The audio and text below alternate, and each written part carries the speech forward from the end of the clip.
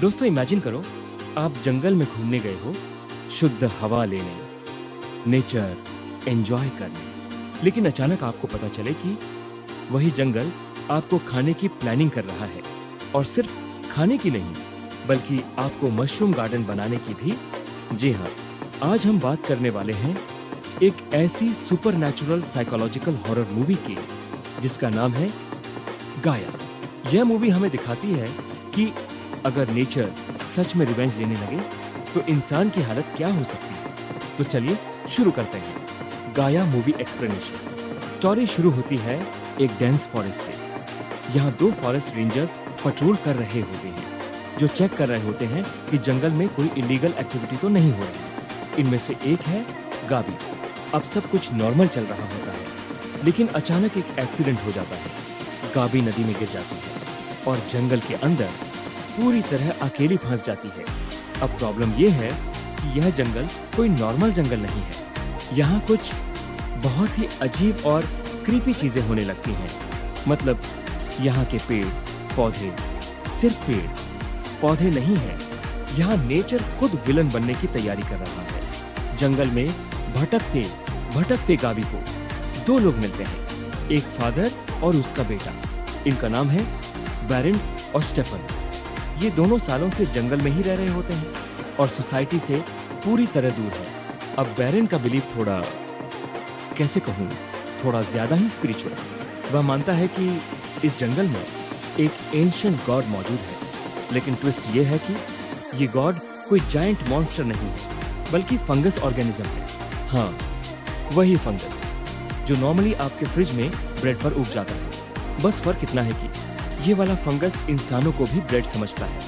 धीरे धीरे गाबी को पता चलता है कि जंगल में कुछ लोग ऐसे भी हैं जो इस फंगस इन्फेक्शन से बदल चुके हैं। इनकी बॉडी पर मशरूम्स और फंगस उग जाते हैं और धीरे धीरे यह लोग नेचर के स्लेव्स बन जाते हैं। मतलब इमेजिन करो, आप सुबह उठो और मिरर में देखो और आपके फेस पर मशरूम उग गया हो। ऑनेस्टली उस मोमेंट पर जिम ज्वाइन करने का मोटिवेशन भी खत्म हो जाएगा। मूवी का एटमॉस्फेयर बहुत क्रीपी है। यहाँ लाउड जंप स्केयर कम है, लेकिन डिस्टर्बिंग विजुअल्स बहुत ज्यादा है। जंगल में हर जगह फंगस, अजीब क्रीचर्स और इन्फेक्टेड बॉडीज दिखाई देती हैं। मूवी का कलर टोन भी बहुत इंटरेस्टिंग है। पूरी मूवी में डार्क ग्रीन और ब्राउन कलर ग्रेडियंट यूज किया गया है, जिससे पूरा फॉरेस्ट ऐसा लगता है जैसे वह स्लोली इंसानों को निगल रहा हो।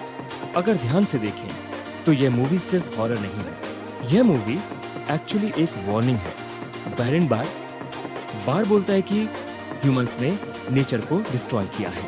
हम जंगल काटते हैं, इन्वायरमेंट खराब करते हैं और सोचते हैं कि नेचर कुछ नहीं करेगा। लेकिन गाया हमें दिखाती है कि अगर नेचर ने रिवेंज लेने का डिसाइड कर लिया तो इंसान लिटरली कंपोस्ट बन सकता है।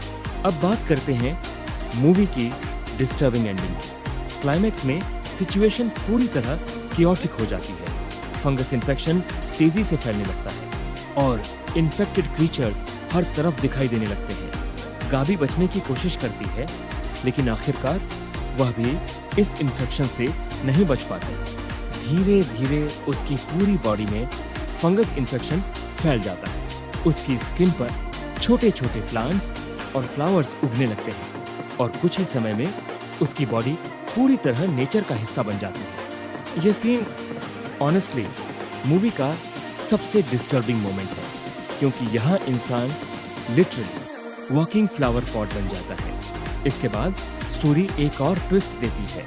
बैरन का बेटा स्टेफन जंगल छोड़कर सिटी में आ जाता है। अब हमें लगता है कि शायद वह इस नाइटमेयर से बच गए, लेकिन मूवी का लास्ट सीन एक शॉकिंग हिंट देता है।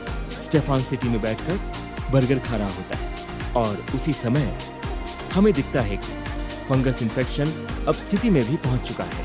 मतलब अब डेंजर सिर्फ जंगल में नहीं है और शायद फ्यूचर में यह इन्फेक्शन पूरी वर्ल्ड में फैल सकता है। यही रीजन है कि कई लोग मानते हैं कि गाया का पार्ट 2 भी आ सकता है। ओवरऑल अगर मैं ऑनेस्ट बोलूं तो गाया एक स्लो लेकिन वेरी डिस्टर्बिंग हॉरर मूवी है। यह टिपिकल जंप स्केयर हॉरर नहीं है, लेकिन इसका कॉन्सेप्ट काफी यूनिक है। अगर आपको साइकोलॉजिकल हॉरर और डार्क एटमॉस्फेयर पसंद है तो यह मूवी डेफिनेटली ट्राई कर सकते हो। मेरी तरफ से गाया को 3/5 रेटिंग। अगर आपको ये एक्सप्लेनेशन पसंद आया तो वीडियो को लाइक ज़रूर करना और चैनल को सब्सक्राइब भी कर लेना, क्योंकि यहाँ पर हम ऐसे ही डार्क और इंटरेस्टिंग मूवी एक्सप्लेनेशंस करते रहते हैं। और कमेंट में ज़रूर बताना अगर आप जंगल में जाओ और आपको मशरूम उगते दिखे तो आप भागोगे या सैलड बनाकर खा लोगे।